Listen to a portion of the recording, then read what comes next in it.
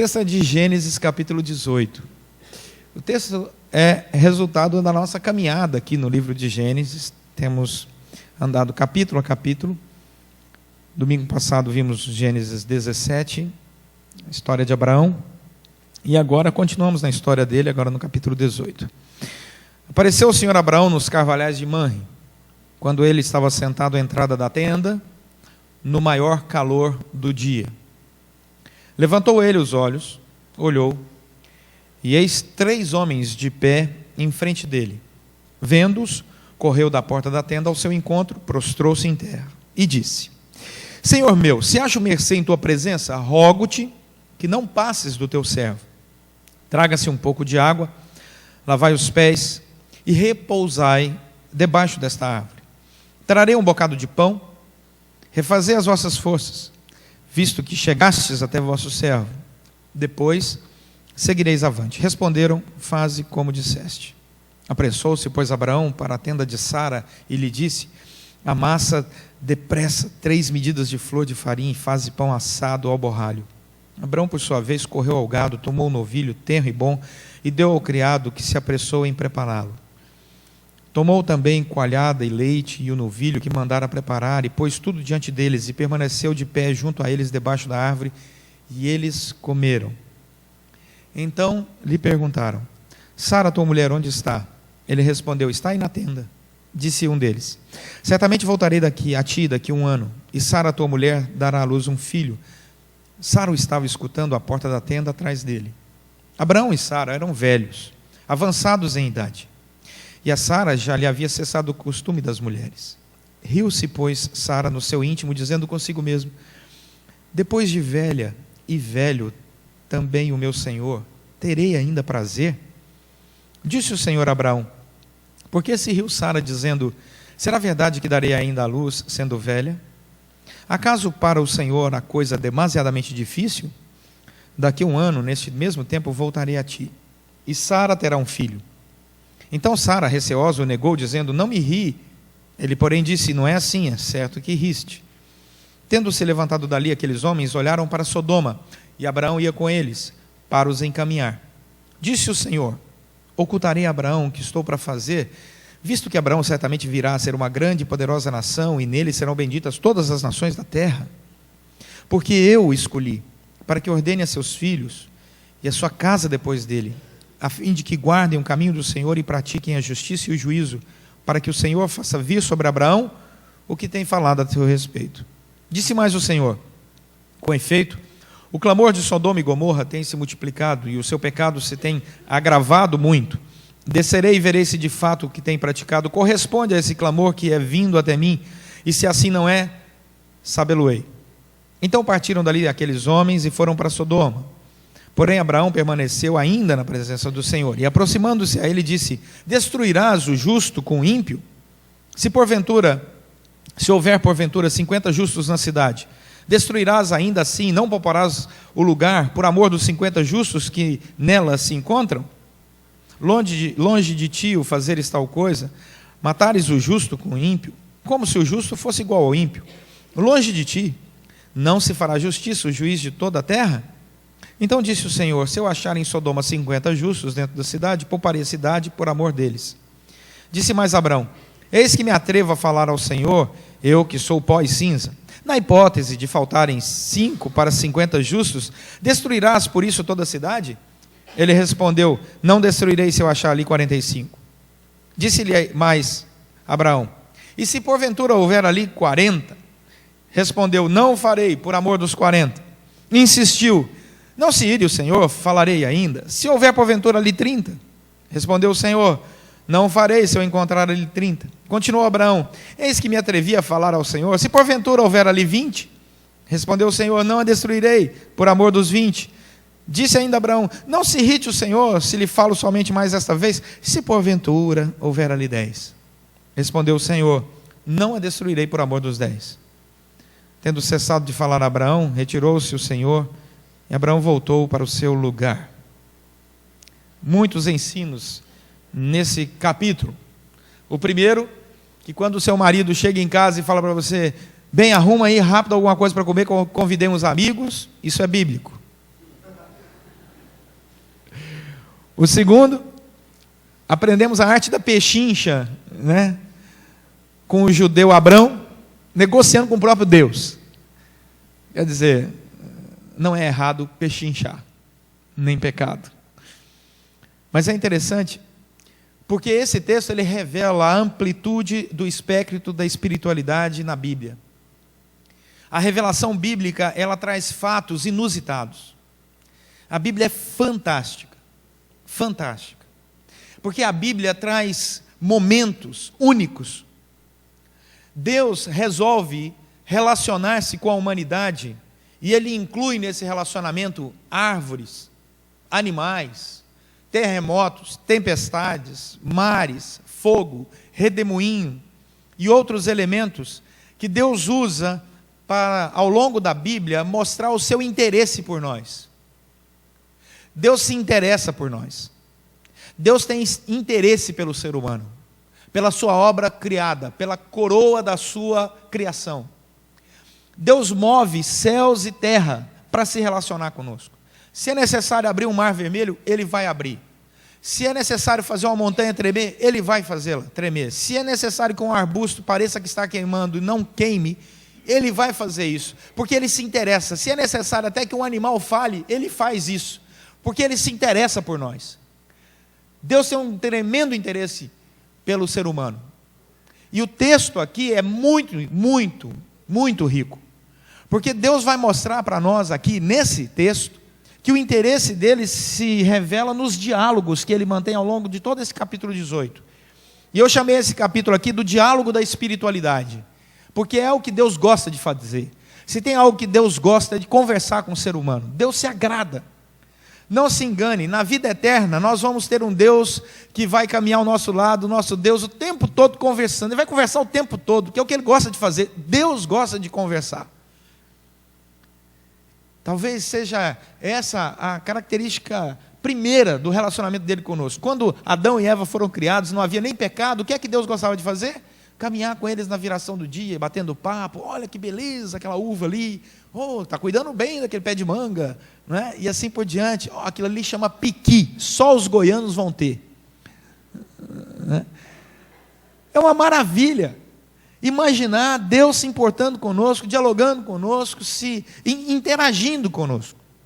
Agora dá uma olhada e mantenha o seu texto aberto, porque eu só vou pontuar o texto, e vou ter que me segurar, porque minha vontade de falar do texto aqui a noite inteira, mas vou só pontuar para você. Olha quantos diálogos interessantes existem aí nesse texto. O versículo 1 ao versículo 5, eu chamei do diálogo da espiritualidade, onde Abraão reconhece visitantes ilustres. Diz o versículo 1 até o versículo 5 que o dia está quente e está muito quente. Diz o texto aí que ele está tão quente que ele merece ser narrado. Diz, no maior calor do dia. Se a Bíblia revela no maior calor do dia, é porque realmente está quente, né? Não é um calorzinho qualquer. Então ele está dizendo, no maior calor do dia. Olha o versículo 2. Ele diz, levantou ele os olhos, olhou, e eis 3 homens de pé em frente dele. Vendo-os, correu da porta da tenda ao seu encontro, prostrou-se em terra. Pergunto para você, por que Abraão vai se curvar diante de 3 homens, se a adoração a homens era proibida? No judaísmo não se prostra diante de outro homem e adora esse homem. Porque Abraão reconheceu que aquele diálogo era diferente. Aquele momento era diferente. O que ele iria conversar e com quem ele iria conversar era completamente diferente de toda a experiência que ele já tivera antes com a sua espiritualidade e intimidade com Deus. E quando ele faz isso, aqueles recebem a adoração, porque 2 são anjos e 1 é o próprio Deus. E por isso Deus recebe a adoração. Ele reconhece que está diante do Deus, Criador dos céus e da terra, e a partir daí o texto passa a chamar um deles de Senhor, com letras garrafais, Yahvé. É Deus mesmo quem está revelado ali, e nós vamos aprender depois ao longo da palavra do Senhor, que é uma cristofania, uma aparição do próprio Senhor Jesus. Então Abraão começa a perceber que no diálogo da espiritualidade, nós precisamos orar e desenvolver uma intimidade tal com Deus, para perceber o momento em que o próprio Deus vem falar conosco. Hoje, nós vivemos a época da ministração do Espírito Santo, e existem momentos na nossa vida em que precisamos reconhecer o Espírito Santo falando claramente aos nossos corações, e humildemente nos prostrarmos diante do Espírito Santo, e dizer: eu reconheço que o Espírito Santo está falando nesse exato momento ao meu coração. Espiritualidade que não reconhece diálogos especiais de Deus conosco, ela está navegando no mar do nada. É puro existencialismo vazio, e resgatando aí a figura do Sartre, né? Nós precisamos ter a sensibilidade para perceber momentos especiais em que Deus nos chama para a comunhão com Ele, quando Ele quer falar ao nosso coração. E Abraão reconheceu isso. Versículo 1 ao versículo 5. Óbvio que no caso de Abraão foi muito mais fácil, porque ele tinha isso visivelmente diante dos seus olhos, mas nós ainda temos a revelação desse mesmo Deus falando ao nosso coração com algo visível diante dos nossos olhos, e esse algo visível que Deus revela é a palavra dele. A palavra dele. Versículo 6 ao versículo 8, a segunda característica desse diálogo aqui, do versículo 6 até o versículo 8, é o diálogo da adoração. Do versículo 6 ao versículo 8, Abraão vai lá, chama a Sara na tenda dela e diz: Sara, arruma as coisas aí. Chegaram os visitantes ilustres e a Sara sai doida atrás de coisas para amassar, preparar a comida. Ele vai atrás do servo, pega o que tem de melhor no seu gado, manda preparar o que há de melhor, e ele se alegra pelo simples fato, olha o que diz o final do versículo 8, de permanecer em pé junto de dois anjos e do próprio Senhor Jesus, e eles comem. É fantástico isso, comem. No céu nós vamos comer. Ninguém vai estar em dieta no céu. Aleluia! A Nova Jerusalém, aquela picanha gordurosa, sabe, aquela Jesus amado, que sempre fez mal na terra, no céu não vai fazer, né? Deus é maravilhoso. Esse privilégio do paladar.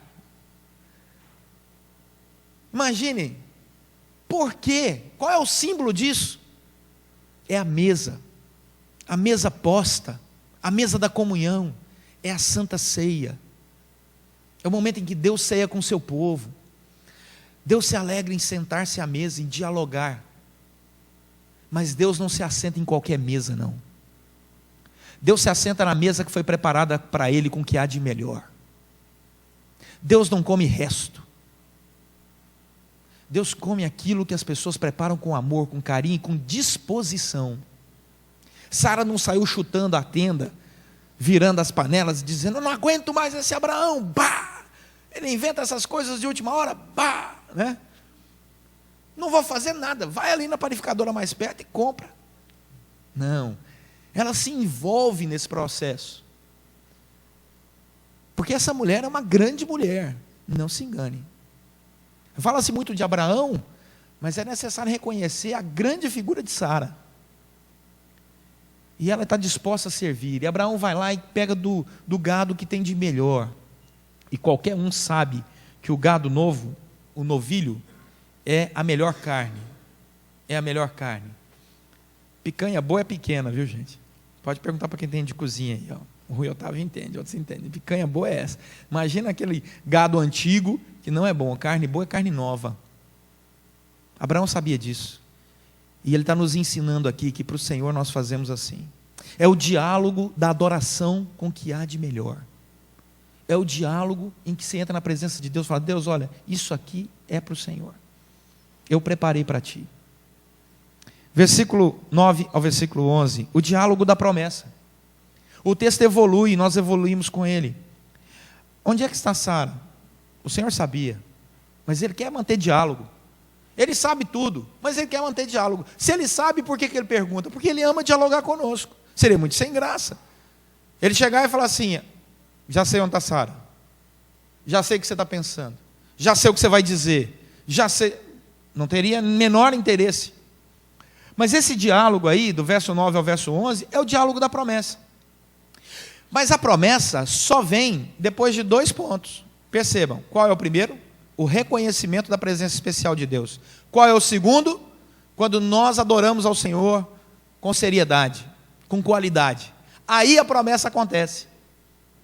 O Senhor então estabelece um caminho da promessa, ele está pavimentado, o caminho da promessa está pronto. Agora eu vou fazer uma grande promessa para você, porque eu vim aqui para isso. Eu voltarei daqui a um ano, olha o que diz o versículo 10, mantenha sua Bíblia aberta aí, vai acompanhando. E se a Bíblia não for da igreja, a Bíblia for sua, você pode grifar e depois leva para casa. Ok? O texto vai dizer o seguinte, versículo 10, Sara, tua mulher, dará à luz daqui a um ano. E Sara está escutando a porta atrás dele. Diz o versículo 11, que os dois já eram velhos. Nós estamos falando com pessoas na casa de 100 anos de idade. 100 anos. Você virar para uma mulher de 100 anos e falar que ela vai ficar grávida?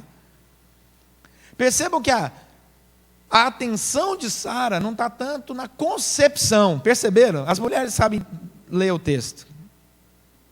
As mulheres leem o texto melhor que os homens. Nessa. A questão não é a concepção.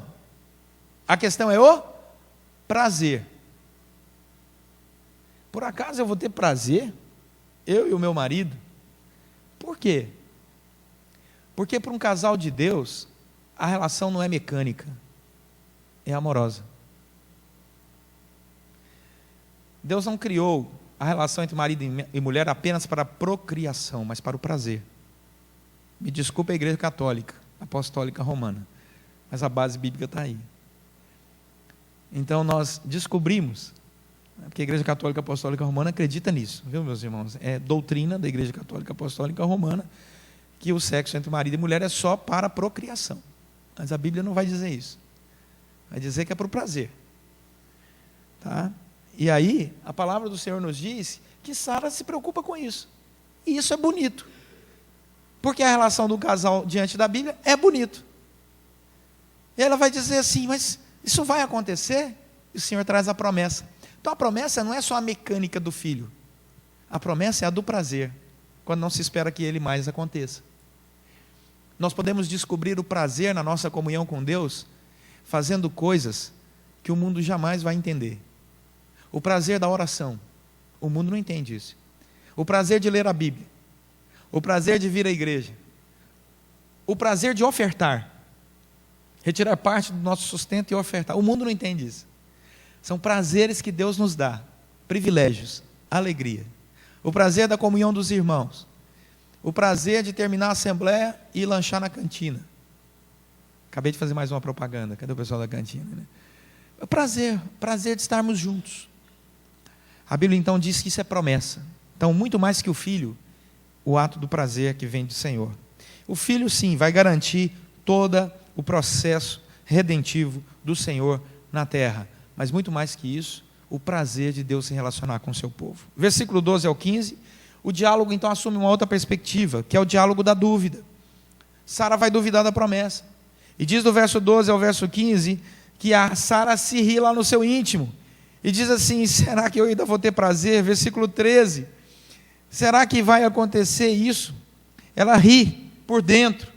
Mas no versículo 14, o Senhor diz, existe coisa demasiadamente difícil para Deus? Que dúvida é essa? Que sorriso é esse? Que questionamento é esse? Agora é interessante essa palavra demasiadamente difícil, porque ela no hebraico é a palavra palá. E a palavra palá no hebraico, ela significa alguma coisa que você prometeu e que você não tem a menor condição de executar. Ele diz assim, você acha que existe algo que Deus pode prometer e é tão difícil que Ele não possa executar? Não existe absolutamente nada que seja impossível para Deus. Absolutamente nada. Para Deus não há impossíveis. Nem para Sara, nem para Maria, quando concebeu a Cristo. Para Deus não há impossíveis. A ideia é a mesma. O Senhor está cobrindo o texto. Versículo 16 a 19. Aí acontece, depois do diálogo da dúvida, que Deus aceita, dialoga, porque em alguns momentos Deus permite dúvida no nosso coração, Ele nos entende. Ele não fulmina Sara do céu, dizendo assim, duvidou, Sara? Vou te queimar agora. Não, Ele conhece o coração de Sara, Ele sabe a lógica da maternidade, Ele sabe a lógica biológica, Ele conhece o coração daquela mulher, Ele sabe quantas vezes ela abriu mão do seu conforto, da sua própria vida, para acompanhar o chamado que Deus havia feito para Abraão. Deus considera a nossa jornada, mesmo quando temos dúvidas. Ele considera. E por isso o diálogo, o próximo diálogo, é o diálogo que eu acho mais interessante. E esse um dia nós vamos gastar um tempo só para meditar nele, que é o versículo 16 ao 19. Esse diálogo, meus irmãos, eu estou igual Roberto Carlos, eu tenho tanto para lhe falar. Fui buscar lá longe, né? Porque esse texto é rico. Gente, olha o verso 16 em diante. Olha que coisa linda esse texto. Diz o texto que o Senhor está ali, e tendo se levantado dali, os homens olharam para Sodoma, e Abrão ia com eles, e caminhando. E o texto continua, verso 17, e o Senhor começa a falar com ele mesmo. Olha o verso 17. O texto revela uma intimidade tremenda, Deus falando com ele mesmo, e a gente tem acesso a essa informação. O que Deus pensou? Eu não sei se você percebeu a riqueza do texto, mas nós entramos dentro da mente de Deus, no verso 17, até o verso 19. A mente de Deus por acaso eu vou deixar oculto a Abraão o que eu vou fazer? Não é rico isso? Você entrar dentro da mente de Deus? Não vou deixar não. Rapaz, é bom. Eu escolhi para que ele possa ordenar seus filhos, a sua casa depois dele. Ele vai ser uma pessoa que vai abençoar gerações por gerações. Pois então, eu vou falar para ele, é o que diz o versículo 16, 17, 18, 19, o que é que eu vou fazer. Eu chamei isso, meus irmãos, do diálogo da santidade de Deus. Nós somos objeto da reflexão divina. Deus pensa sobre nós. Deus nos conhece. Ele pensa sobre as nossas vidas. Ele resolve, planeja como Ele irá se revelar a nós. Você já imaginou uma coisa dessa? O Deus Todo-Poderoso, eu te garanto que mais da metade do Congresso Nacional não sabe nem seu nome e não se preocupa com os projetos que você tem na sua vida. Mas Deus sim. E Abraão está ali e Deus está pensando, eu vou contar para Abraão, não vou esconder dele o meu projeto. É o diálogo da santidade de Deus em que o ser humano está inserido e é objeto, vamos dizer, da pré-ocupação, no sentido positivo da palavra, divina. Ele se ocupa previamente do que vai falar e como vai se revelar a Abraão. Deus não nos trata com descaso, com menosprezo. Ele pensa sobre os nossos sonhos, nossos projetos, nosso relacionamento com Ele. Esse texto é muito rico. Esse texto é muito rico. E aí diz o versículo 20 e 21, que o diálogo se estende e vem o juízo. E o Senhor então começa a revelar para Abraão que vai destruir Sodoma e Gomorra. E ele diz que vai enviar os seus mensageiros para ver se de fato as coisas são como são. E aí você diz, mas Deus não sabe que as coisas são como são? Sabe. Mas Ele quer mostrar para todos nós como é que as coisas funcionam no céu. Que Deus não é precipitado nos seus planos, muito menos no seu juízo. Que Ele pensa antes de fazer. Que Ele reflete quais serão as consequências. Mesmo sendo Deus Todo-Poderoso, a capacidade de raciocinar ainda pertence a esse Deus. Porque nós somos imagem e semelhança dEle. E se nós temos a capacidade de raciocinar e criar, Deus também tem. E Ele usa. Não se engane. Deus não é um ser que age despretensiosamente. Deus não é um ser que age sem refletir. Ele ama. Ele ama isso. E por isso o texto diz que Ele envia para ver se as coisas são como são. Ele quer mostrar para nós que existe um projeto, um processo, um passo a passo, para que o projeto dele seja executado até o fim. E do versículo 22 ao 23, entra o último aspecto desse diálogo, e é o diálogo da intercessão. Do versículo 22 até o 33, nós vemos Abraão intercedendo por outros que ele não conhece. Ele fala sobre 50 pessoas que ele não conhece. Ele conhece a família lá do seu sobrinho que está lá, mas não são 50 pessoas. E ele diz, Senhor, mas o Senhor vai destruir o justo com o ímpio. E Deus permite esse diálogo. Deus permite esse diálogo. E mais uma vez encontramos o Deus que reflete sobre o ser humano, que se preocupa com o ser humano, que ama dar prazer ao ser humano, em todas as áreas do prazer, porque Ele criou o homem assim. Mas agora vemos o Deus permitindo o homem dialogar com Ele, questioná-lo e negociar com Ele, e fazer com Ele o preço da pechincha da humanidade. E se tiver 50? Não, aí eu não destruo. E se tiver 45? Não, aí eu não destruo. E se tiver 40?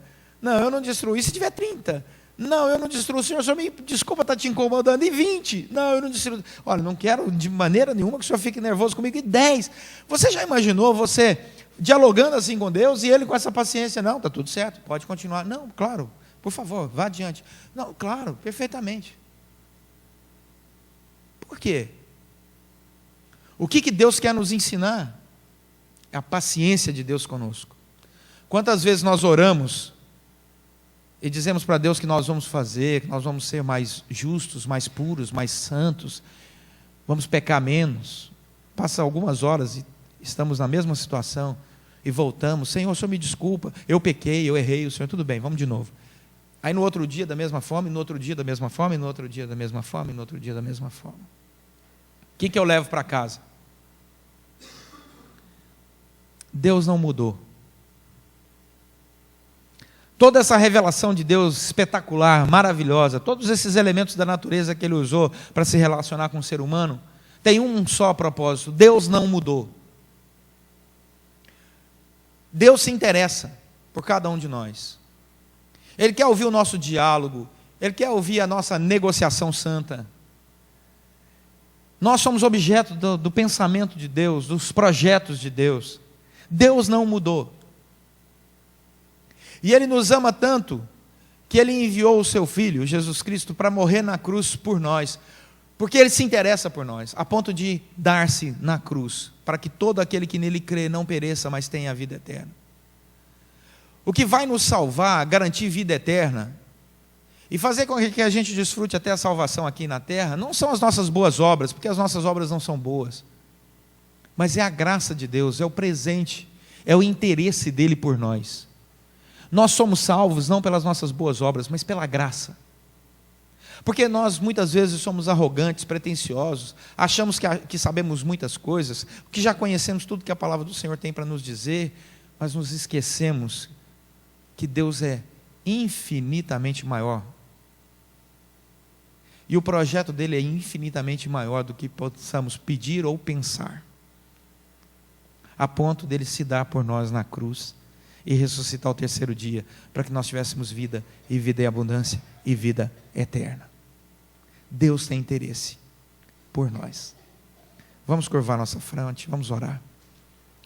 Eu queria que você fechasse seus olhos aí e pensasse nesta frase que é bíblica. Deus se interessa por você.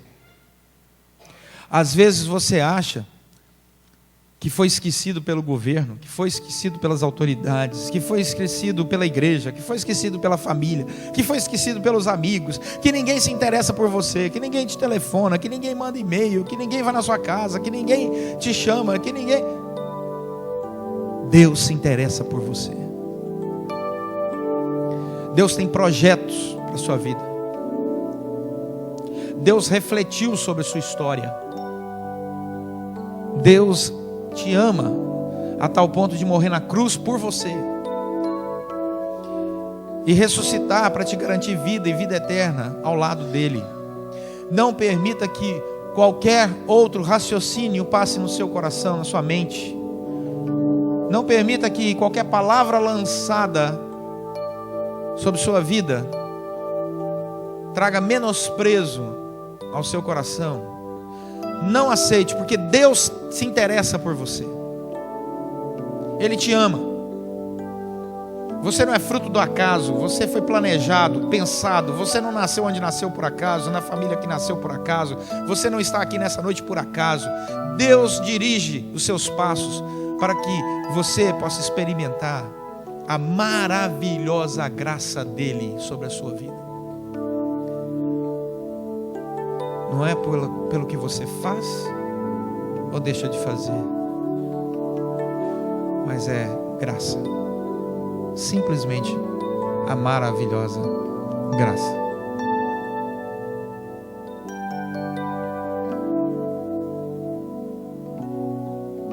Senhor, nosso Deus e Pai,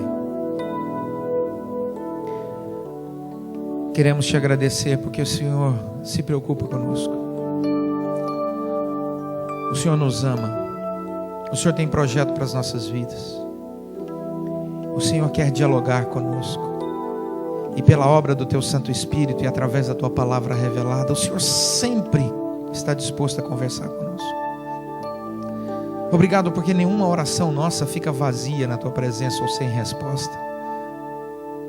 E agora, em nome de Jesus, eu peço, rogo, que o Senhor visite cada coração aqui nessa noite. E aqueles que nos acompanham pela internet. Que cada um possa sentir a graça maravilhosa do Senhor e o amor do Senhor inundando os seus corações. E perceber quão amados nós somos por Ti. Assim, Senhor, ensina-nos a reconhecer a Tua presença, a preparar para Ti o que temos de melhor, a ficarmos em pé ao Teu lado quando ceamos contigo, simplesmente observando, a ouvirmos as Tuas doces promessas. Temos o prazer de vê-las sendo realizadas uma a uma. E no dialogar contigo, percebemos o Teu imenso amor e cuidado por nós. Oramos agradecidos por tudo isso, em nome daquele que morreu e ressuscitou por nós, em nome de Jesus Cristo.